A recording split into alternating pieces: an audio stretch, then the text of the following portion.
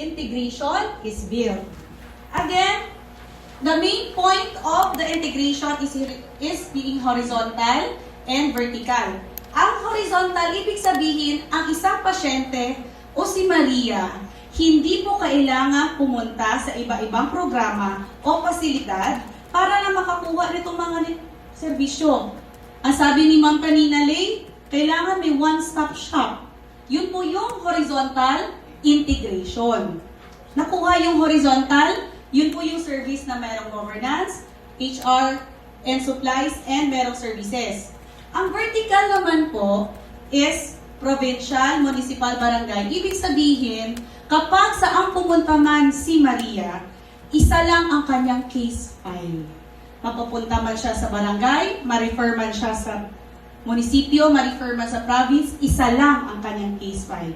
Ibig sabihin, merong maayos na referral pathway o referral process. So, nagets na po kung ano yung integration natin. Ito po ang ino-offer ng LG4 Sigla. How integration is being built, and also po, perfect na po ba ang post-test? Perfect na? Okay, sige. Sabihin po natin, malalaman po. Okay, so ngayon, ano naman po na? Ito na po tayo. Alam ko po, yung iba dito or baka kayo rin po lahat, nag-visit na po dito ang aming team, Doc Dory, Arman, and si Doc GP during the inception meeting. And they already or pinakilala na po kung ano yung LG4 Sigla. So ngayon, I have the chance to bigyan lang po kayo ng information. Ano ba siya? Kanina, bakit? Kasi para lang mapaintindi at makita ninyo on how we apply this in the real case scenario.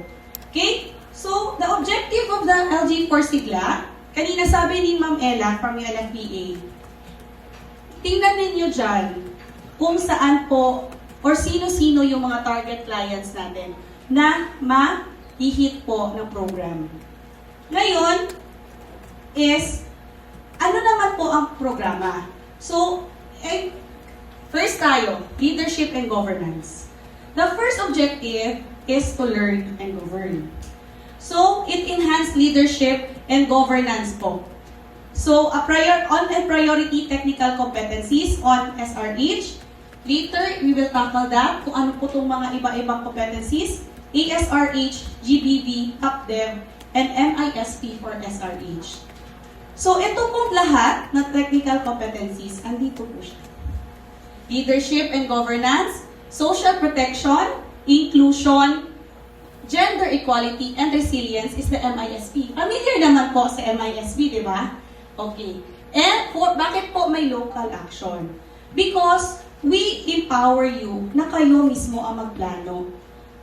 Not us, but you yourselves will plan, will have a local action based po sa nangyayari from these different technical competencies. Then build the system. Develop an integrated system for sexual and reproductive health, gender-based violence and population development, and sustain partnerships. Hindi po kami aalis dito na walang sustainability. Yan po ang pinakamahalaga sa program development. We will engage stakeholders in sustainable partnerships for program planning, implementation, MNB, and demand generation. That's why po, on Friday, may advocacy summit. We invited po the regional line agencies, and nandito po kanina si RD Joyce, for them to know and also partner with them para po pagdating sa technical competencies and technical assistance. Kasi sila po ang merong budget, meron din silang kakayahan na magbigay ng TA or technical assistance in terms of planning, sustaining our program initiatives. Okay? So ito po yung objectives ng program. Then, this is already 18 months, 4 kinds of work. So we started in June. Kaya po June yung Module 1 because po sa CAMSUR, start po ng Module 1 last June. Then, July 4 CAMSUR. Then, after Module 1, there will be practicum. The practicum is where you will apply kung ano po yung natutunan nyo, hopefully, from the Module 1. So, for the practicum, nandyan, gaya po meron kaming Arman at Mikey. They are your provincial account officer that will also support you through coaching. And also, kung kailangan nyo po ng tulong in terms of technical assistance, we can link you with the regional line agencies and with other partners that could also provide you with the identified assistance. So, from June, July, hanggang, ang practicum po is 6 months. After 6 months sa Module 1. Pero sa October po, di ba po may barangay tayo? We will empower you to train naman your barangay constituents. Kayo po yung trainers ng module na ito. That's why it's TOT. So this is PCP and MCT, the Municipal and Provincial Core Team. So this will be on October. Then after po niyan, after 6 months, may module 2 naman. I-request ko lang po na sana kung sino yung nag-attend ng Module 1 ngayon, tatandaan ko po yung mga itsura nyo, ha?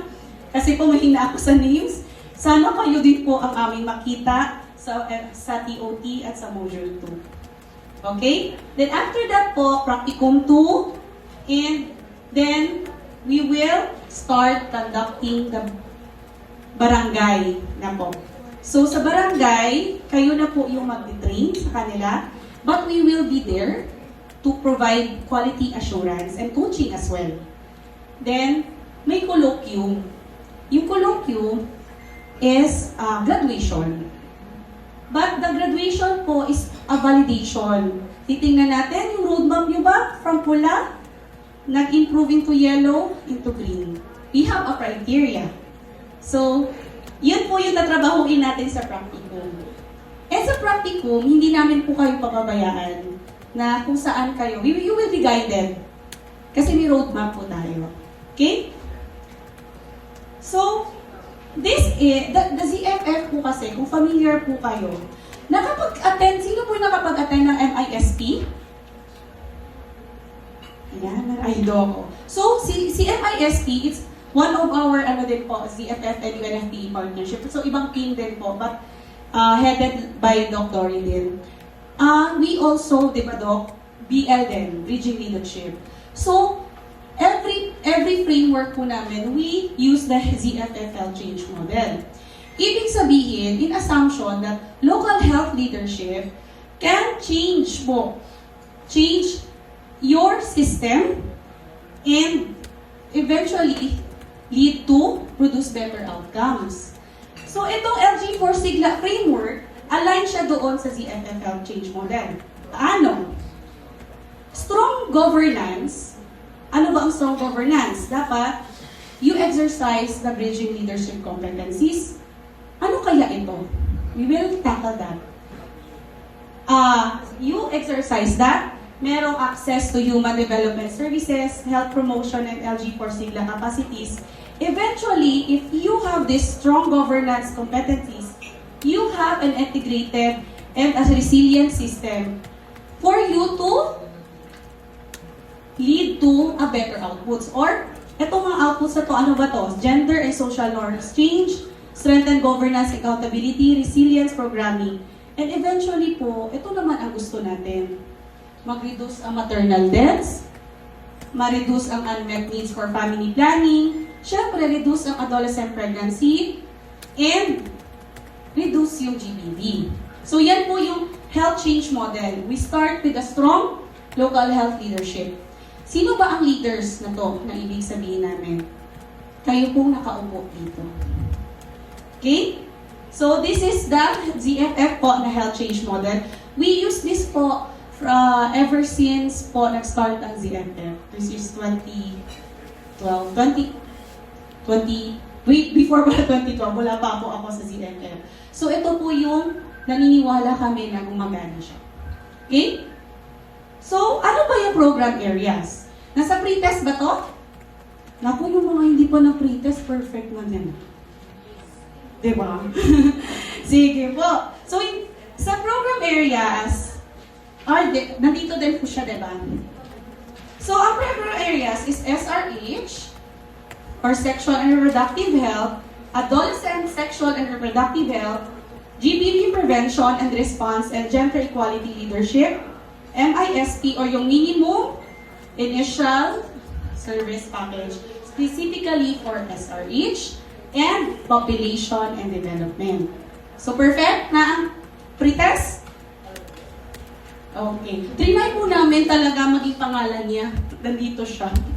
Okay, kasi kung yan po yung ipapangalan namin, medyo mouthful. Diba? Okay. So, isa-isahin. I know every one of you knows naman po yung program areas. Tama po ba? Kung may tanong po, may mga clarification, feel free to write. Tapos after po ng last slide ko, we will have an open forum. Okay? So, sexual and reproductive health. So, these are the core elements. Nandyan po sa workbook o learning journal niyo po .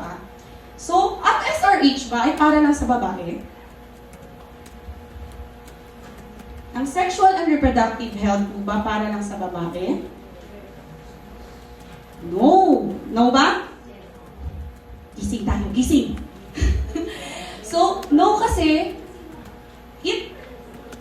should be, kasi hindi lang naman babae ang may sexual, reproductive organs.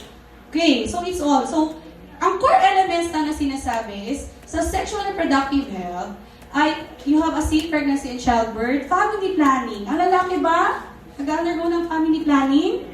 Yes, kaya hindi lang siya sa babae lang. STI and HIV prevention and treatment, management of infertility, sexual health, prevention and management of GBV consequences. So, dito po, ilagay lang namin dito po, mga mom and sir. Kasi po, itong block na to, sa roadmap, gusto ninyo tingnan ang kanyang mga indicators.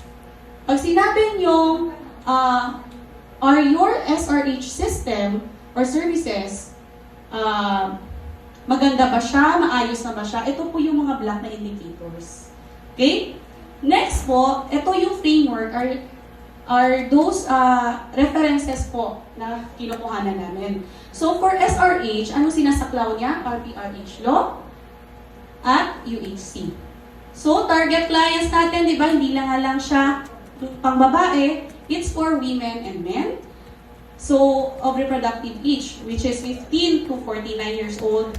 Couples making fertility decisions, pregnant and postpartum women, and people seeking contraceptive services, people at risk or living with STIs and HIV. And kaya po, ba't kayo nagtataka, bakit hindi po namin sinamay 10 to 14? Kasi po, doon tayo pupunta sa next po. Sa ESRH. Ang ESRH po, ito po yung minimi namin kanina na aming ongoing program from Mindanao until po sa Region 8. Tapos marami po kaming na-realize na hindi lang siya si health. Kaya nandito si MSWDO, andito si planning. Kasi nung nakita namin na ESRH lang, health lang po ang aming pinapartner, nahirapan sila. It's because it's not just the health who have intervention to prevent adolescent pregnancy. Okay? So for ESRH po, ayan, nandito yung Adolescent Friendly Health Facility. So, kung makita ninyo, adolescent health and well-being are central for the SDGs. So kaya po siya kasama, hindi lang ESRH at hiniwalay po. Okay? So nandito din po ang CSE or RHE. Ini-implement na po ba ang RHE sa inyong mga schools? Reproductive health education? May implementation na po ba?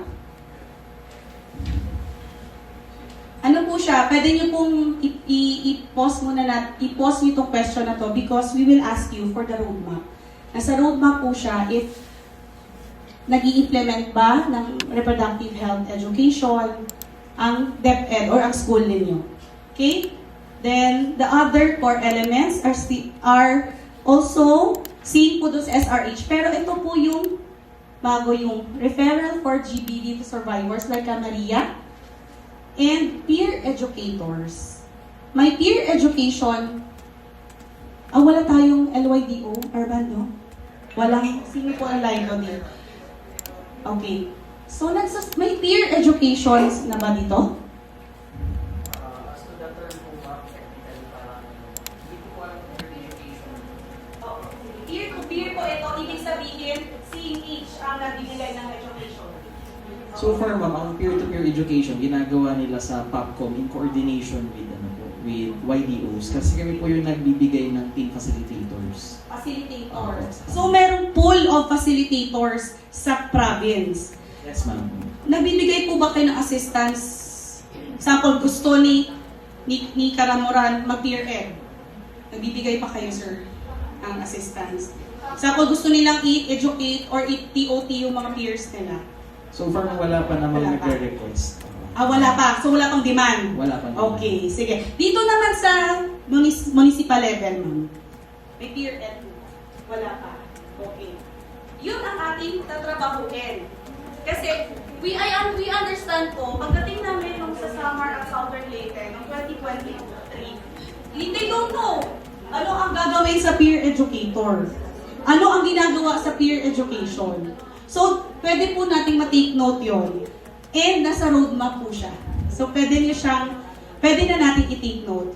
Ngayon, baseline, wala pa. Tama po. Okay. Bakit po kailangan ng peer education? Bakit po kaya? Sige, ma'am. Adolescent listens to advert adolescent. Yes! Kasi, tama si ma'am, adolescent, peer-to-peer nakikinig. The recent survey of Young and Adult Survey po, yung YAPS, mas mataas or mas naniniwala si adolescent sa kapwa-adolescent compared sa parents. So kaya po pinupush natin to because this is one of the effective interventions. And isa po na lesson namin sa Region 8, pinondahan ng mga SKs. Our SKs ang budget, right? Isa sa kanilang interventions, hindi lang po pa symposium, hindi lang pa yung papupuin, tapos magbibigay ng information. It's actually this effective. Isa po ito sa kanilang intervention. Instead of symposium, they train other peers to become a peer educator. Pwede one-on-one, pwede sa school, kahit nga po sa ilalim ng puno. Sa isa po namin GIDA area, sa ilalim ng puno, barkada niya, binibigyan niya ng education. Kasi po, isa din po sa education na nakikita namin is the lack of knowledge, especially sa family planning. Hindi marunong gumamit ng condom, kaya nabubuntis. May condom, pero hindi marunong gumamit. This is a true case po na nakukuha namin in the ground. So yun po yung importante. Kaya ko po ini-emphasize sa ESRH.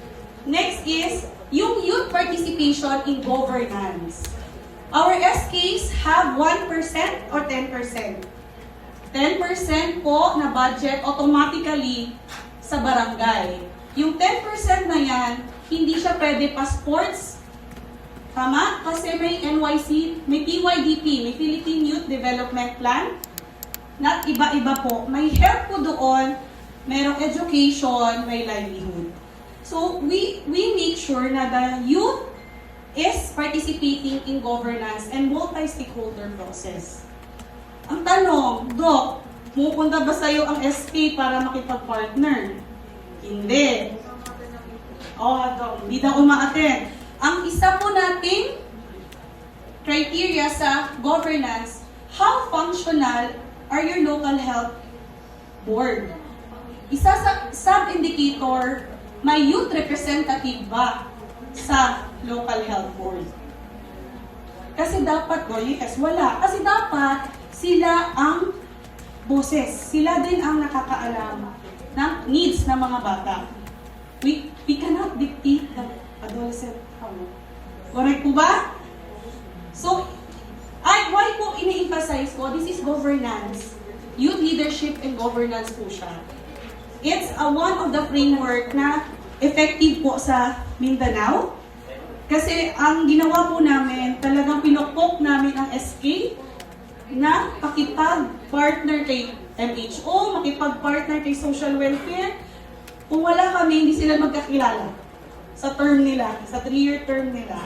So that's one of the indicator in orders for us to address ASRH. Hindi po health lang ha, hindi po health lang. Okay? So why it matters? Ano ang advantage? Number 1, prevent adolescent pregnancy. Again, hindi lang symposium, hindi lang magsasabi si doktora na huwag kayong mag-ipon. Ano ba sa Bicolano yung mag-cohabit? Mag-cohabit ba? Yun, hindi sila makikinig doon.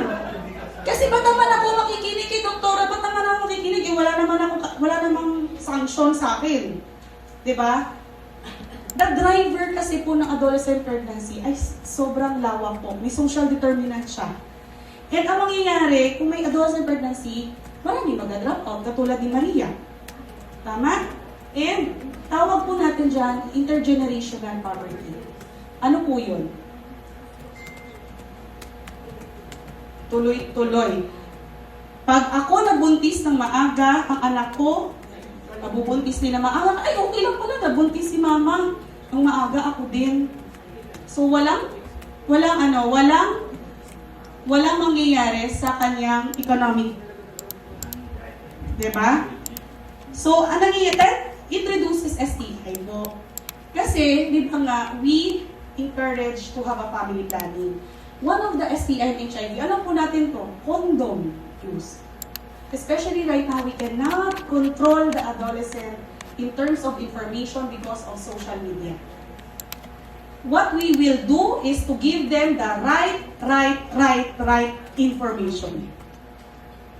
Hindi ako pupunta sa adolescent ready kasi i-judge lang ako. That's the reality. So, anong pinaka-importante for us is paano natin sila mahikayat. Okay? The next po is mental health. Mataas ba ang suicidal rate dito sa Catanduanes? Mataas. Isa para mo lang, meron doon. Meron. Suicidal rate.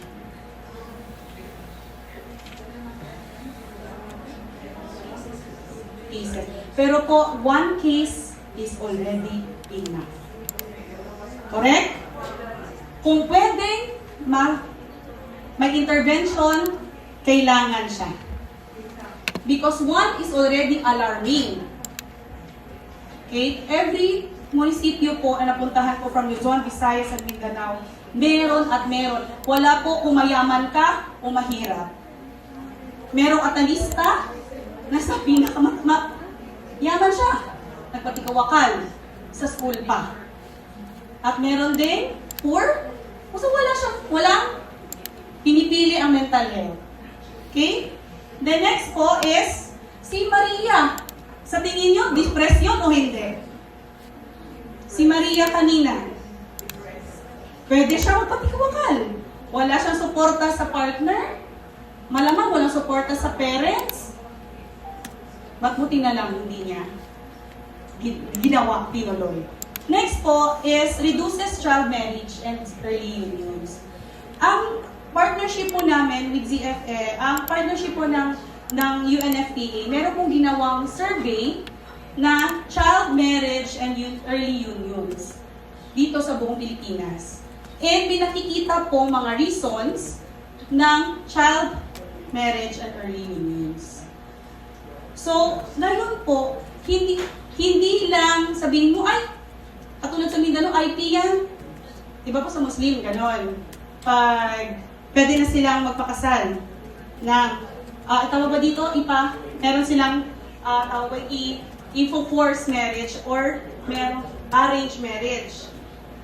In IPs, ganon din. Pero po, kahit po Catholic or Christian, meron din po. Bakit? Pag nabuntis si Maria o nabuntis ang babae, may influence minsan si parents. Ay, doon ka na lang sa lalaki. Tama, dito ba sa Canduanes may ganon po ba kayong cases? Nabuntis hindi na si Maria. Si Stella na lang. Nabuntis si Stella ng 15 anyos. Siyempre nakakahiya yun sa parents, di ba? So, ang mangyayari, doon ka na lang sa partner mo sa bahay. Cohabitation. Ang Anti-Early Marriage Act po, kung yun ang babasihan natin, si nanay pwede pong matulog. Ang nanay ni Stella pwede pong makulong. Yes, di ba ma? Doon dito po sa Child Marriage and Early Union Survey, lack po or hindi po alam ng provincial down to municipal level to barangay, yung act na yun, hindi po siya nalolocalize. Kasi sayang po siya doon sa cohabitation part.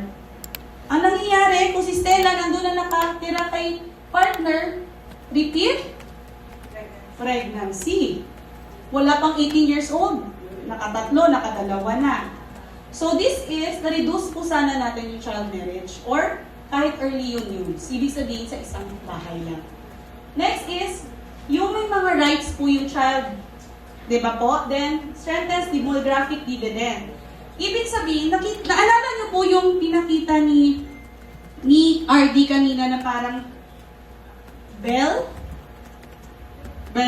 yung, ilan na po yung bell curve ba tawag doon? Nakalimutan ko sa statistics. Yung, nandito po saan po yung age group na pinakamarami. Right now, ang pinakamarami actually are the adolescent.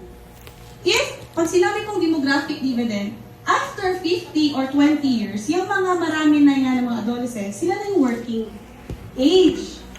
So kung si working ko ngayon palang adolescent sila, at maraming out of school, maraming nabubuntis sa maaga, what will happen to the working age in the next future? Nakaka-affect ba sa economy ng Pilipinas? Diba? Hindi ko lang sure kung updated po ito, pero one child or one student na mag-drop out is equivalent to 88,000 pesos. Hindi ko sure kung matagal na to 2022 pa to na survey, pero yun po yung na-survey ng MEDA. So that's really, imagine mo, kung 10 out of school, hindi na nako-continue, it's already almost 1 million na nawawala po sa atin. Okay? So, and also po, it established health-seeking behavior. Yan po ang kailangan natin din i-push sa mga bata, sa adolescent. Kasi si Maria, hindi na siya, alam niya buntis siya, pero hindi niya alam na kailangan niya magpa-prenatal. Diba? Okay? Next is, ito po yung mga saklaw na law, RPRH, DOH, AHDP, and the SK Reform Act. Then, ito yung target natin ng clients. So, nandyan po yung 10 to 19. Kaya nandito po yung 10 to 14. Okay? Next is GBV, Prevention and Response and Gender Equality and Leadership. So, ano tong core elements? The Survivor-Centered GBV Case Management System. The Women and Child Protection Unit is established. Hindi lang po established, functional siya dapat. Then, meron pong women-friendly space and gender-responsive referral system. Meron din pong GBV services at evacuation centers in humanitarian settings, community engagement, male engagement or positive masculinity, GBV watch groups, 4P CBOs, youth-led demand generation. Ito po bang core elements? Familiar kayo?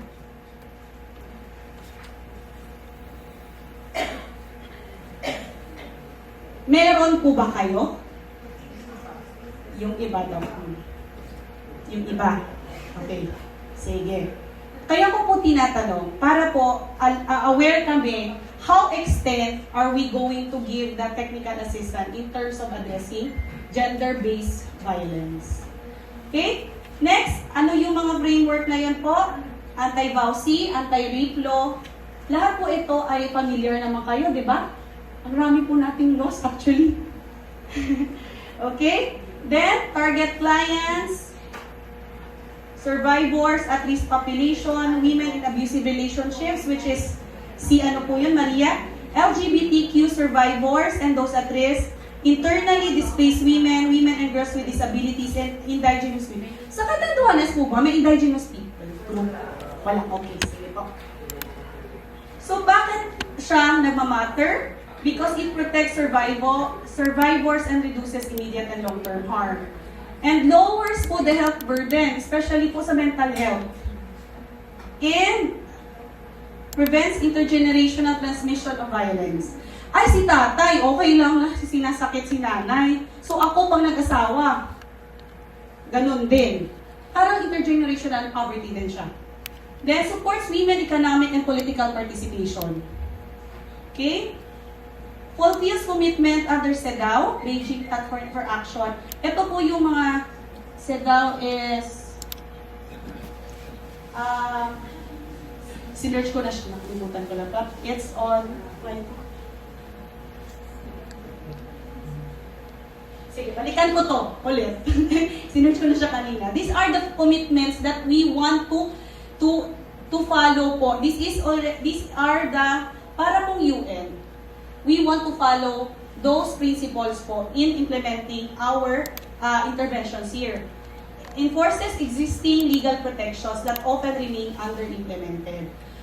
Bakit ito po emphasize ko? Enforces existing legal. Kasi po, marami na po tayong legal. Ang problema, ang implementation, ang monitoring niya, nagagawa ba ito lahat?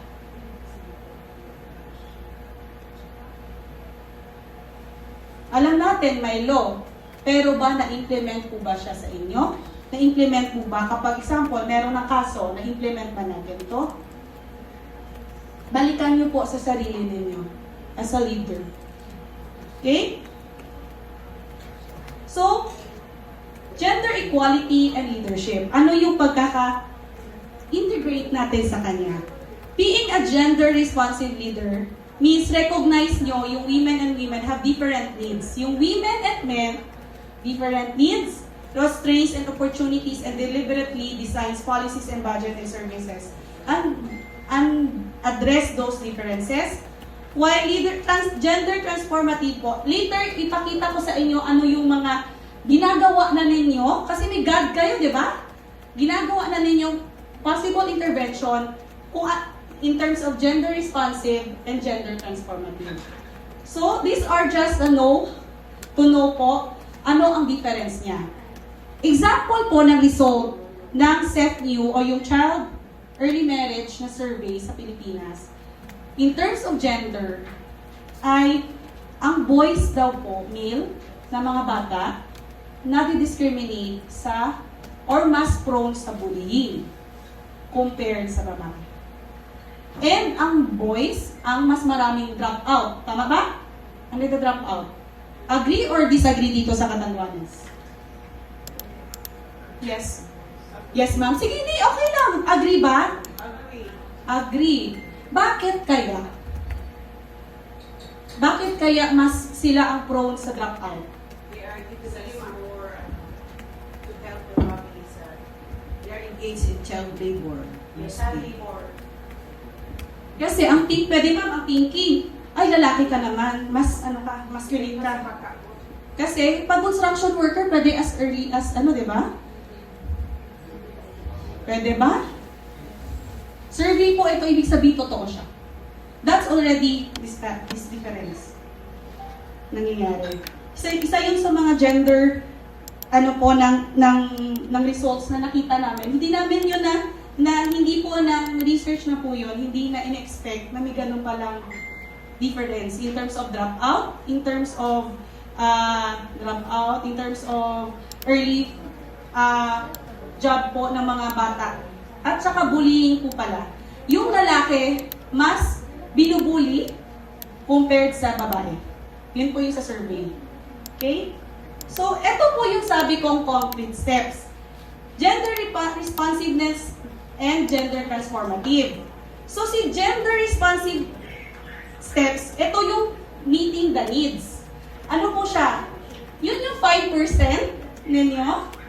Meron naman po, di ba, 5% sa inyong budget kailangan naka-allocate kay God. And establish, meron po bang God focal point system? Meron? Okay. Maintain God database with sex disaggregated data. Meron po ba? Or i-review pa po namin? Meron po ma'am sa planning. CBS sa CBNS po. Okay. Then, deliver gender responsive net services. In terms of sa daycare, child development centers, lactation station. Sa inyo bang munisipyo ay may lactation station, di ba daw? Solo parent support. May policy po ba? Local policy? Local daw. Okay. That's a gender responsive steps. And then, for gender transformative steps po, you change the structures and norms. Example, enforce the 40% women membership in the LDC and local special bodies. Sa LHB nyo ba, ilan ang percent ang babae? 90. Ay, ang lakas naman sa 90. Okay. Yun, ibig sabihin, yun yung transformative. Okay? Next. Usually, ang napansin namin, or napansin natin, pag PDRMO or nasa disaster, sino ang head? Lalaki. Diba? Okay. So, enact or update the local God code. Ano search free? Babae. Sir, okay lang, kasama ka ng lalaki ngayon. Dito lang, sir. 3 kayo. Nag-ano si sir talaga? Okay lang yan, sir. So, ibig sabihin, gender transformative steps. Okay. Kasi si sir sabi nila, masyado, sir, hindi ko na mag-abuse ng mga babae. Okay. Hindi naman, sir. Okay. Empower tayo, sir. Okay? Okay. Next is build a women's leadership pipeline. I-capacitate po natin ang women barangay officials, BHWs, Women Federation moving into decision-making roles, and engagement and voice as allies in normal change. So, also redistribute unpaid care work through public care infrastructure and support women's economic empowerment.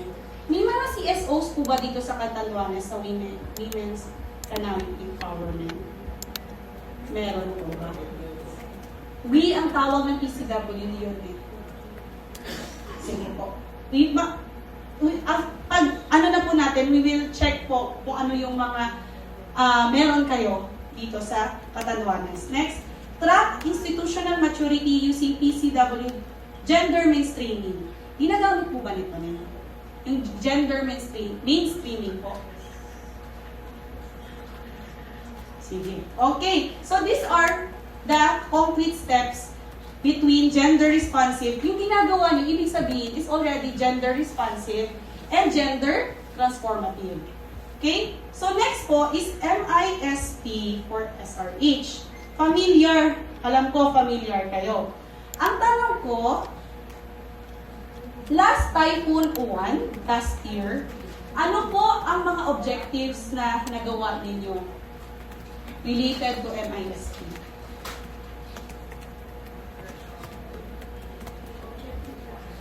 Sige. Sige po. Sige ma'am. Oo ma'am. Yung objective 1, before and during the Typhoon 1, coordination with other RHUs. Mm-hmm.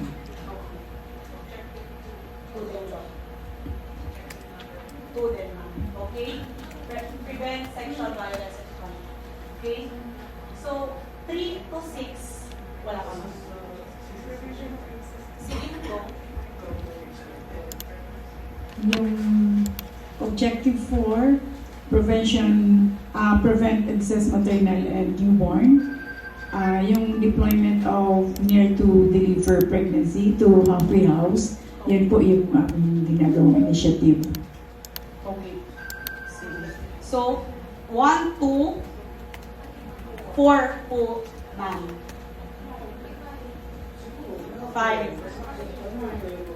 Okay. Sige, ito. Sige, ma'am. Sige, sir. Go ahead, sir. Kasi ma'am, as a core elements po Siguro lahat po yan kasi sa member ng CCM, Okay. sa camp management and disaster prevention, ano na siya, or dun sa loob ng operation. Okay. Kung baka cute na siya, Yes sir, po. kailangan siya. Hindi lang siguro na ano kung a part of the lead of SRH na to, Yes, oo, sir. ganun po siguro. Okay. Sige. This is just a review po, ha. Ibig sabihin, in-apply ko lang po kung ano yung MISP na binigay namin interventions or training. So, balikan natin kasi that's, the Typhoon 1 is already the, tawag ba dito, yun na yung trigger ninyo to activate the MISP. Okay. Sige, thank you po sa feedback. Hindi na po ako mag-elaborate. Yung details po actually is nasa journal na rin po ninyo.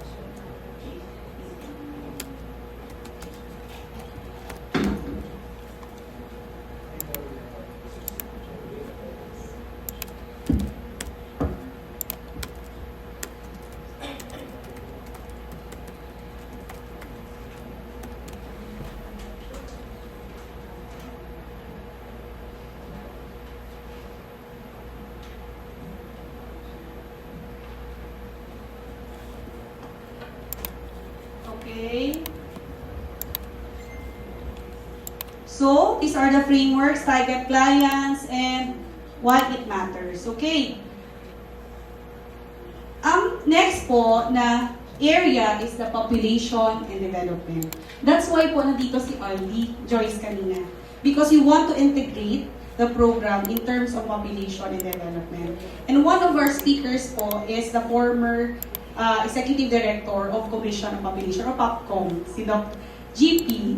Kay Doc, siya po yung magbibigay sa kanina na session for the legal architecture. At kung may tanong po kayo in terms of population development, he's the right person then, since umalis na po si RD. Okay? So the population, hindi ko na po siya elaborate because there's a session po then na i-elaborate din ni Doc. So the population and development is the framework that links the population dynamics. Kaya po kanina yung kay RD Joyce are what's the current human development here in Bicol region. Then, meron siyang data, di ba? Ibig sabihin, si Bicol, doon natin laman, fertility rate, ibig sabihin, bumababa na yung nanganganak. So, anong gagawin natin interventions with that? So, yun yung example ng population and development. Size po, di ba? Distribution, age structure, fertility, mortality, and migration. Sa Catanduanes, nalaman natin kanina, tumataas ang migration rate. So, ano na ang gagawin natin? Kasi tumataas ang migration rate. Pag maliit ang tao, ano mangyayari sa budget? Pag maliit ang population, ano mangyayari? Ang NTA. Okay. So yun, it enables policymaker and planners. Kasi kung maliit ang NTA, ibig sabihin mag-a-adjust din ang program. Di ba? Ng mga, PPAs. Responsive interventions, yun, to design responsive interventions and to realize the demographic. Kanina po kami doon sa demographic dividend. Kasi ito po yung talagang pinaka-basis natin sa pagplano in terms of population. Kasi po ngayon, I'm not sure here in Catanduanes, sa isang munisipyo po sa Southern Leyte, wala na pong estudyante ang isang elementary school from grade 1 to grade 3. Dito ba? May ganong incident? Meron na po bang case? Pa-isa-isa na. So, anong mangyayari? Anong intervention na gagawin natin sa ganong mga senaryo? Kasi yun nga, sayang yung NPA if we will not maximize it. And kung, ano ba tawag doon? Yung as usual na lang tayo na paulit-ulit yung PPAs at hindi targeted. Sayang yung efforts, di ba? So, that's why we need to integrate our planning also in population development. So, core elements. Kaya po pinadala po ba kayo ni Armand ng mga data, CBMS? Yes, okay. Then, family planning and RH governance. Adolescent and youth development. Lahat po sa CLAW, yung pinag-usapan po natin kanina. Kasi nga, population siya. So, lahat na po. Then, framework. Ito po yung mga policies. the Population Act, the RH Law, and syempre yung ating ambisyon natin or the Philippine Development Plan. Yung clients po is the whole population already. Okay? So, hindi lang yung mga adolescent, hindi lang yung mga lalaki, babae, it's already whole po. Okay? So, kaya po last siya doon sa program because it's already encompasses the whole population. Why it matters? Nasabi ko kanina. Kasi nga, kailangan targeted ang ating PPAs. So, example po in terms of education kanina, wala na palang grade 1, wala na palang grade 2 na nag-enroll. So, ano nang gagawin natin doon? And ang nangyayari, na ma-maximize, wala na grade 1, grade 2, pero ang madaming estudyante doon sa high school. Nagsubukulan na. So, we need an intervention for that. Okay? So, 5 minutes break, or gusto niyo po bang ituloy-tuloy na natin? Pwede na? Gising pa naman. Okay. Sige. So, next is the roadmap. Kanina pa ako nagsasalita regarding sa roadmap. Because this is your guide po for the practicum. And ito po yung pinaka-basis natin sa alalaman if our interventions are effective or not. Bumaba po si Arman po, di ba? At si Dr. Dory to assess your MOVs, means of verification, and also discuss the roadmap.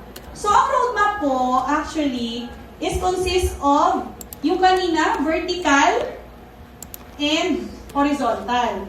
Ngayon, ito ay horizontal kasi it has 3 clusters. Nakikita o meron naman po, di ba, sa inyong mga workbook or learning journal. Meron po. Okay. So, ang cluster A is governance, planning, and performance. And with that, meron po tayong blocks. Ito po yung sabi ko kaninang sub-blocks. Ito po yun siya. The first is leadership and governance, integrated planning, and MME information system. So lahat po siya, governance and planning performance. Sa practicum po, after nito, module 1, we will work on this. Ibig sabihin, ito ang ipo-focus natin. Review natin. How functional is your SDC? How functional is your health board? How functional is your PCAT, BAUSI, etc. Lahat po ng governing bodies. Pag sinabing functional, mayroon po pa pong sub-indicators. Kasi kanina, sabi ko, isa sa mga sub-indicators, meron bang, may expanded local health board ba? Ibig sabihin, may representative from youth? May representative ba? Yun yung example. Expanded po siya, ang tawag mo. Depende po sa inyo kung anong gusto niyo itawag. Pero yun po yung isang criteria pag sinabi natin functional. Okay? Then for integrated plan and budget, may PPAs or ang inyong plano ay saklaw ba ang human development? Kumbaga, plan ba siya according to the human development aspect? Okay? And also, population-based budgeting. Based ba siya sa CBMS? Okay? Then, also for M&E, information system, yung coverage, quality, use, feedback, and improvement process. M&E po. So, may mga sub-indicators po siya. Tomorrow po, we can review. Kaya po pinadala po kayo ni Arman ng laptop din for us to check. Okay? Next po, cluster B is the workforce and supplies. So, ito po yung ating mga tayo. How functional yung inyong workforce? Yung mga kayo ba ay merong mga papel, designated na papel, permado ba, approved ba? Hindi lang sabi niyo kanina ba sa VERAC, ma'am, submitted, wala pang approved. Ngayon kailangan may approved by na. Yung kanina ma'am, yung ano natin. Na-approve ba siya? Yung mga papers niyo ba? Example, designation, approve ba siya? Yes, example yun. We will check how functional or gaano ka-secure ang ating human resource. Okay? Then, next is, yun po yung tinatawag nating functional. Then, yun, mapa-designated ka man, mapa-train ka man, or deployed ka man. Next is, MISP naman po, Medicine and Commerce. In terms of MISP, available po siya, or other indicators under MISP. And last po, yung services and cluster C is services and social change. Dito to papasok yung kaninang tanong ko, maternal care package provider ba kayo? MCP accredited ba ang inyong mga facility? Right now, may primary care facility, may yakap pa. Diba ang PhilHealth?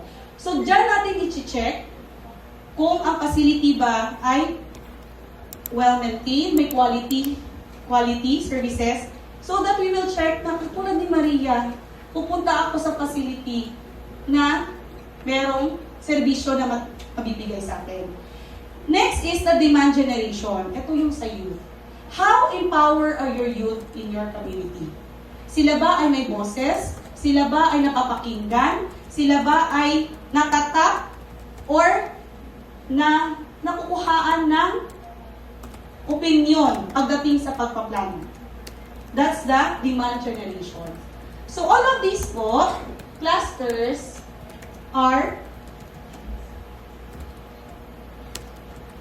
will be tackled sa practicum. So sa practicum 1, let's check on this. Marami siya, pero isa-isahin lang natin. Okay? Pwede naman, depende sa inyo, kung gusto niyo advance na kayo sa MISP. Kasi you have already received technical assistance in terms of MISP. Then, this is just the provincial level. So, sa municipal level po, same lang, may alternate lang din. Functional yung SDC sa provincial, si municipal ba? Functional din yung SDC. Same with barangay. Si barangay may roadmap din. Pero syempre, simplified siya. Okay? And, kung makita nyo po dito, may nakalagay na ayan po yung integration. Vertical integration. Are you already practicing the vertical integration? So hopefully, after itong program, mag-link natin siya. Vertical, ibig sabihin, nakikipag-coordinate ba ako? Yung referral system ko ba ay maayos in terms of barangay, municipal, up to provincial level. Okay? Pag may tanong po, okay lang po ha? Okay? So, paano ba natin, kanina pa ako nagsasabi, ang dami actually, di ba? Pero, one of the objectives of the program, number 1 is learn and govern. Kaya, leadership and governance. Isa talaga sa main po ng DFF is to empower you, leaders, or to give you, or i-practice natin, baka meron na competencies in terms of leadership. So ano po ba ito? So syempre, sa first po natin, right now, this is the module 1, we will introduce you to the Bridging Leadership Foundation. Familiar po yung sa MISP? Yeah. So pwede mapatulong kami in case hindi namin ma-reach or hindi pa namin ma-explain. You can help your, yes po. Ayun. Pwede naman po, tapos pwede naman mag-learn pa. Hopefully, na-achieve namin yung sa MISP din. Pero right now, this is more on integration po yung aming application. So, BL Foundation, this is, paano paano namin ma-functional yun? Paano namin magawa yung vertical integration na yan? So, syempre, we will have the BL Foundation. So, ito po yung 7, lahat ng po ito is, sa module na to, is ma-exercise po ninyo. Kaya sabi ko kanina, kung nasa module 1 ka nag-attend, hopefully, kayo din po sa module 2. Kasi po, hindi po lahat ito sa module 1 namin katatel. Some of this, like the adaptive and reflective is more on module 2 na po. Okay? So, may values clarification, personal commitment, etc. So, that's the BL Foundation. Next, anong competency ang kailangan nyo? Diba, meron na kayong DL Foundation. Yung tatlo na po clusters. Yan na po yung competencies. Meron na ba kayong governance, coordination, and accountability? Integrated na ba yung human development planning, budgeting, and resource mob? And performance monitoring and use, roadmap use. Next is the cluster B and cluster C. So these are the competencies po na na-identify namin, hopefully, na magawa natin or ma-apply natin sa during practicum. Kung hindi pa po kaya, yun po yung sinasabi namin na pwede kaming magbigay ng coaching session sa inyo para makita natin saan kayo kailangan mag-work on na competency mo. Okay? So, ano ba tong program fellows? These are the core team and leadership roles. Kayo po yun. Okay? So, the provincial core team, nandito po ba kayo? Sa list na to? Sa municipal core team, nandito din ba kayo? Wala po ma'am, pinilit lang po akong papuntahin dito eh. All of you have roles. Kaya po kayo nasa what you are right now. Kaya din kayo nasa service na matagal. Kasi ibig sabihin, you have an important or significant role in addressing our concerns po dito sa Catanduanes. Okay? So, yung CSO po, we invited them on the last day po. Okay? So, next is, ito po yung mga composition and responsibilities. I won't delve it anymore. Kung gusto nyo pong detail na sa journal yun naman po. Kung may tanong po kayo, clarifications, or hindi kayo nag-agree, we are really open for your feedback. So, nandito po sa baba pala yung clarification ng horizontal at vertical. So, as a political, yung fellows po pala consists of executive, kaya po sana si mayor, nandito, si governor po isa last data. Kaya nandito sana si mayor or yung SB po natin, then political, legislative, and then technical heads. Kasi lahat po sila may key responsibilities. Tama? Or tama? Tama. Kaya nga po, hindi lang health ang nandito dapat. Nandito tayo na nag-i-implement sa ating mga communities. Okay? So, kayo naman po magsalita.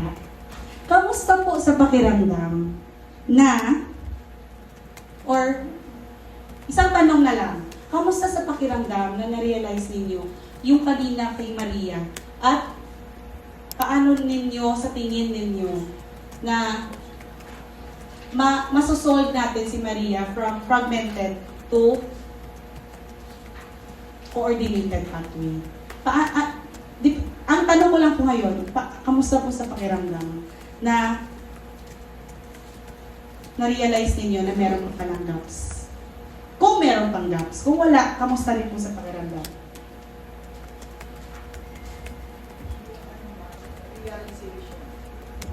Realization po na ang dami pa palang dapat ayusin, especially the process.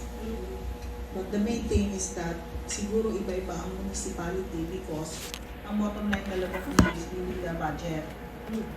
And then what about the people, the human resource na hindi ba nga wala dito sa ngayon pa lang. So, problem in yun nga, by system tayo, human resource, and logistics, and supplies. So, doon mo ma-realize, so makita namin, bakit nagkakaproblema sa implementation? Simply because meron ding another problem outside na naman, this is procurement process naman, so another issue siya. So, ang dami niyang, ang dami complex ang problema nito. So, pero ang dami palang dapat na gagawin at ayusin yung process para masunod po siya. Yun lang po ang realization. Thank you for that though. Thank you for the realization. So, it's, yung nakuha ko sa iyo is complex. Hindi siya basta-basta madali. Okay. Next pa po. Wala pong tama or mali doon sa ano po. Kamusta, masaya ba? Malungkot ba? Nangihinayang ba? May gusto pa po akong gustong gawin. Sana. Okay lang naman, masaya. Kasi po nalaman ko po na pwede pa lang mag-integrate. Pwede ganon. Hindi po kay Maria, yung the whole program. Ay, okay lang po, ma'am. Okay lang. Sige lang po, yung naabutan niyo lang, ma'am. Okay lang po, okay lang po. In reality po, marami pa talagang gaps with regards to sa leadership, governance, and then yung sigla, yung acronym. Kasi tama si Doktora, number one budget, human resource. Kasi doon mag-uugat sa budget. Kung ano kulang ang budget, human resource will also be affected. Then yung program implementation. Kaya, totally agree with you. Okay, ma'am. Budget ulit. Kaya po, na-cluster A siya, di ba? Ibig sabihin, talaga kailangan siya i-address. Okay, dito po kaya. Sa ating, sige ma'am, Siguro ma'am, as to yung kwento po ni Maria, siguro isa dun sa mga issues or gaps po na kulang is yung kasi sa LGUs po kasi hindi naman lahat permanent. So may mga job orders po na hindi naman talaga sila kumbaga sa mga trainings hindi sila kasabay. Okay. So just to observation lang with regards sa mga uniform and non-uniform po. Sa uniform po, masyado silang parang proper. Yung talaga, superiority, tapos from the top to ganun yung parang yung process ng information, yung directive nila.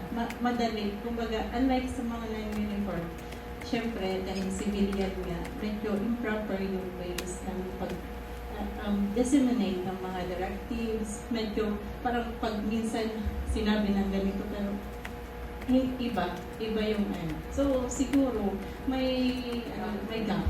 Opo.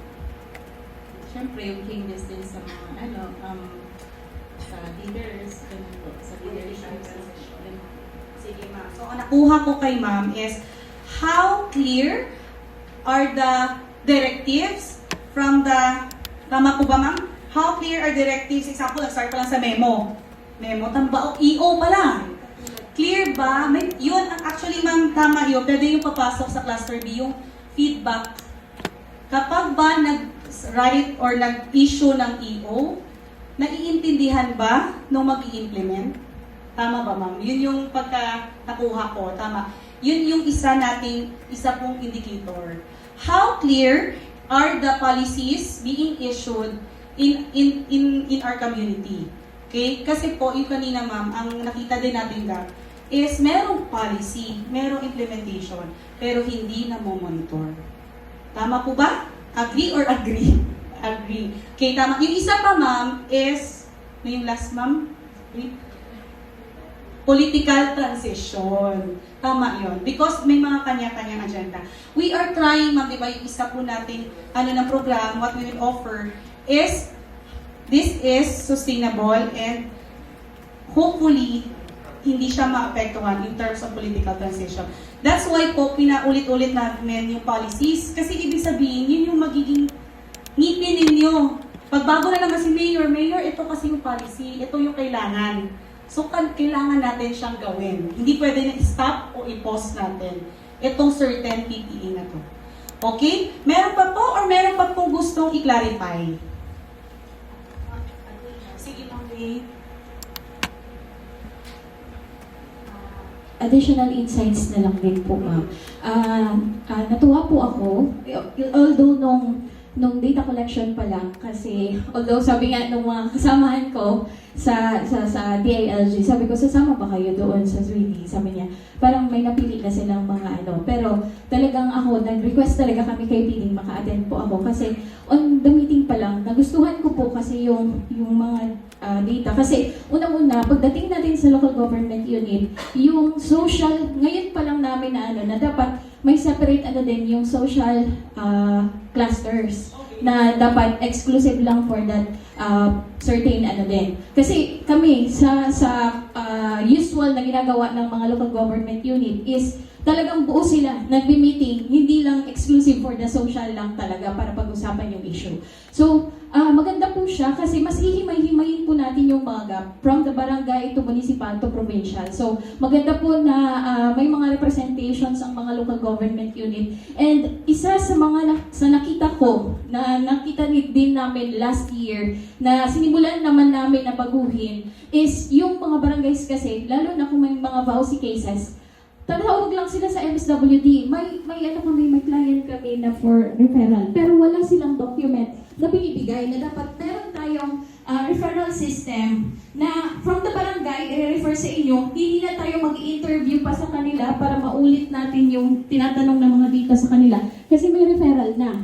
Then pagdating sa referral, duman mo na malalaman kung ano yung mga services na kailangan nito. So, kumbaga, immediately, mabibigay mo na yung serbisyo. So, maganda po yun, ma'am, na mga na-take note po natin. And, isa pa din is, ma-check po natin yung mga competencies ng mga from the barangay, municipal, and provincial. Kasi baka, alam natin yung kailangan niya, kaso hindi natin mabigay yung tamang interventions kasi kulang din po tayo sa kapasidad na magbigay ng interventions na yon.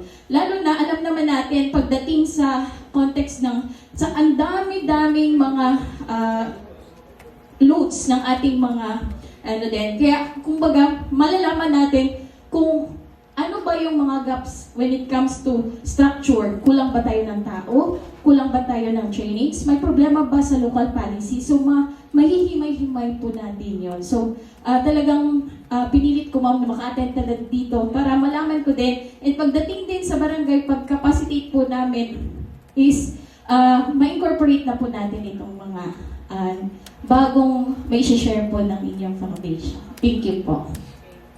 Thank you, Ma'am Lay, for affirming. Okay po, sige. So, without further ado, maraming salamat po sa pakikinig and hopefully po, meron naman kayo natutunan sa ating discussion. So, back to you, team.